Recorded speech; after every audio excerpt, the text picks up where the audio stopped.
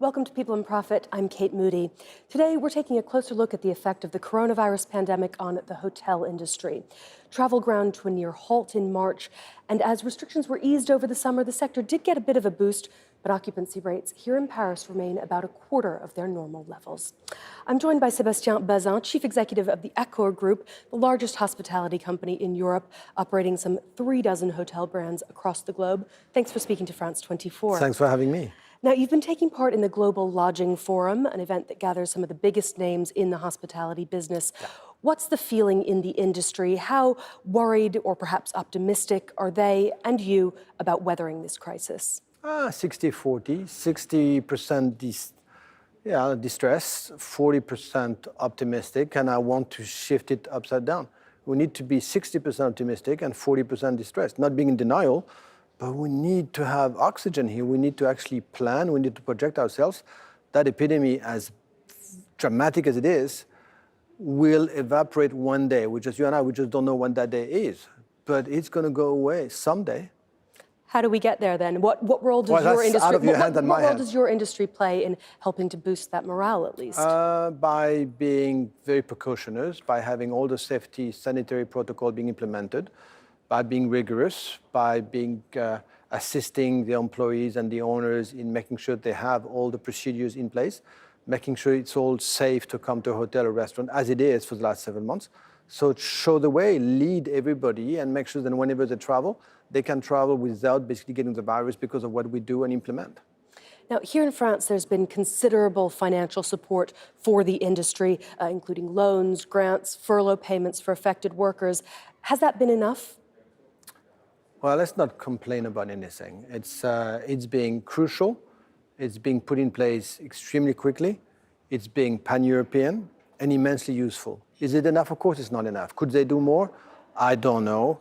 It's just now up to us to actually adapt our cost, make sure that it's whomever we're going to be following, make sure you can project yourself in having them back within your industry in the near future. So no, it's probably not enough, but it was indispensable and well needed.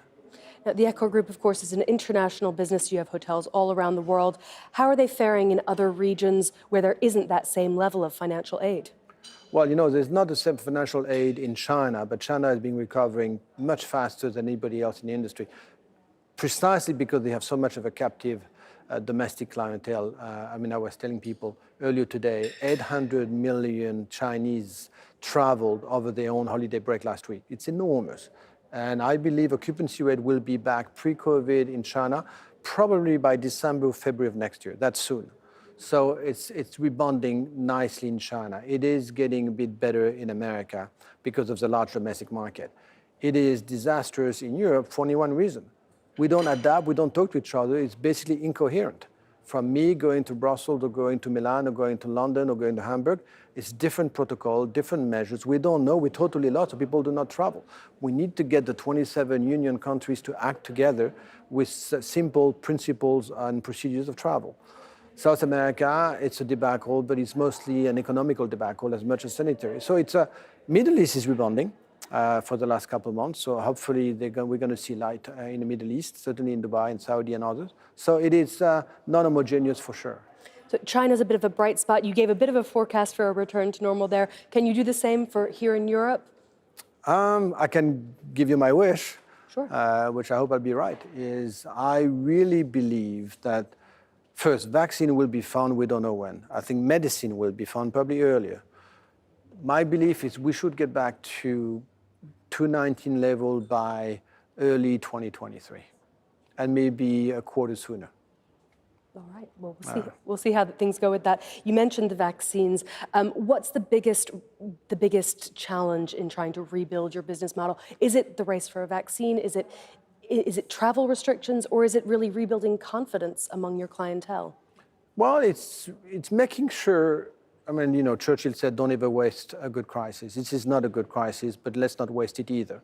So it's take that time to rethink about your brand positioning, the experience you've been given to your clients over the last few years. You have to do so much more. No question, when you talk to Google, the two main keywords on Google today in terms of search are leisure and travel. which tells you and me that within the foreseeable future, people want to travel again. They want to enjoy good free time with their friends. So they're going to be back. Make sure you don't deceive them.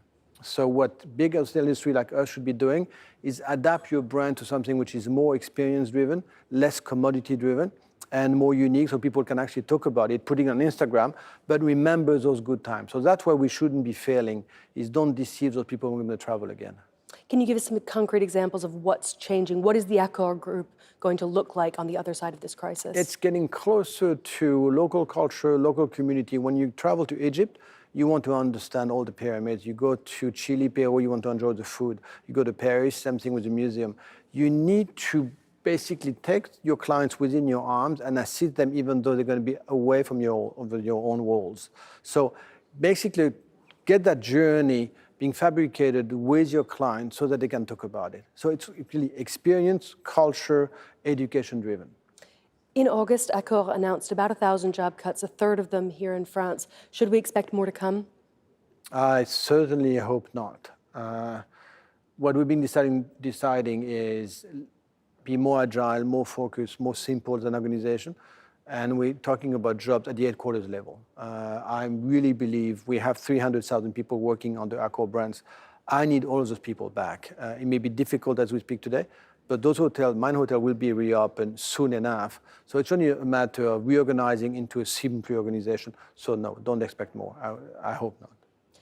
You suspended dividends this year. How have your shareholders been reacting? Can you give us an idea of what might come in the next few months as we turn the calendar page? Well, shareholders want to make sure you preserve their investment, which we're doing as we speak by having a lot of liquidity being available.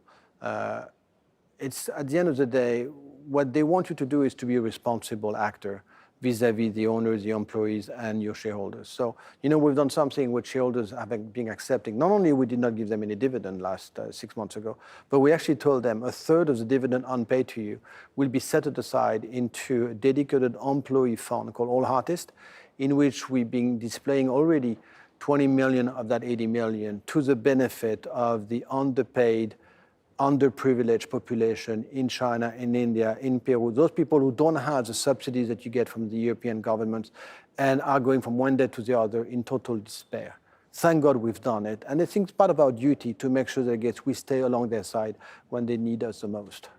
We're also seeing a bit of a change in strategy in this renewed interest in acquiring independent hotel brands and bringing them under the Accor umbrella. Well, we did. We actually went very quickly over the last 3 years from being 80% European-centric and 80% eco mid-scale centric. And now we are 50% eco mid-scale and 50% luxury premium lifestyle. We also been diversifying away from Europe, not slowing down in Europe, but increasing the expansion in Asia Pacific, in the Middle East, Africa, and some other places. And it's true, a third of the new brands we call development pipeline are today lifestyle brands. So Mama Shelter, 21C, 25 Hours, Delano, SLS, Mondrian, brands of ours who did not exist in the portfolio 3 years ago. That's what owners want because that's what clients want. Again, going back to what we said earlier, they want to be surprised. They want to see something different and they want to enjoy free time. And perhaps more than ever, once these restrictions are finally lifted and they can leave For their the same price, homes. by the way, for the same price as a commodity hotel. For the same price? Yeah. Like other hotels around the world, the Accor Group has been trying to adapt, trying to use its space and its commodities as it can at the moment. There's been an announcement that you're going to be converting some hotel rooms into office space for people doing this remote working. We're doing something which is normal. You have to adapt with maybe, and I say maybe because nobody knows, lesser numbers of international business travelers because of all the tools, digital tools on virtual meetings. We don't know how impactful it is, likely to be impactful. But don't stay quiet and basically cry because there's nothing to be crying about. It's just life. So let's say that today you have a lot of employers, a lot of employees actually, who actually liked being working from home. But the employers would like the employees to be back at the headquarters. So there's a third alternative to be given to both, to the employer and to the employees. Say, don't stay at home because at home you're alone, you're confined, and you can't meet with anybody. Why don't we provide a third alternative to the employers? Get the email address of all the employees. I guarantee you, it works for Accor is going to be working for many companies. 80% of my employees within 20 minutes from their home by bike, walking, or driving have an Accor-branded property. Why don't we welcome them to the Accor-branded properties where they can work from? And that's something fairly easy to do. You can mutualize different costs, whether it is personnel costs and the bars and the meeting rooms. It's doable, doesn't cost much, and it's true service for a lot of medium and large companies. Now, your properties really run the spectrum from luxury to budget. Here in Paris, it's the high-end brands that are struggling the most. Some of them are reporting just 15% occupancy. How can you make up for the lack of high-paying travelers from places like China, Russia, and the United States? Well, first you start with the restaurant. Make sure they're still open and alive, because those happen to be great restaurant destinations, which we've been doing at Royal Monceau and other places. Two, it is true that it is the most impacted by the lack of international travel, because those are very expensive place to run, very expensive investment being made on behalf of owners, and they need that international clientele. So there's not that many recipes to buffer the lack of that clientele, but they're going to be back. It's a matter of months or years, but they will be back. Industry groups say that even with government aid here in France, 1 at 5 hotels is at risk of folding. Do you believe that's true? And do you think that all of your brands will survive the crisis? Well, I believe it's true for mom and pops, non-branded hotels, as it is unfortunately true for a lot of bars and restaurants.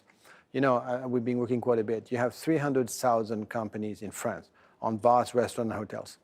90% of those 300 companies have less than 6 employees, which tells you it's usually small bar, small restaurant, and kind of a 12 to 20 rooms. They can't fit within the Accor branded portfolio. Unfortunately, I cannot be of assistance because they cannot bear any of our brands. So yes, they might be disappearing. I hope we're going to be finding the tools for them to survive, because I need them to survive, because people come to Paris to enjoy small bars and restaurants. So we're all interdependent, and I like it that way. For the Accor branded network, no, I think that number is going to be far less than 5%. Sébastien Bazin, CEO of the Accor Group, thanks so much for joining us. Thanks a lot, Kate. Bye-bye. And thank you for watching. Stay tuned to France 24.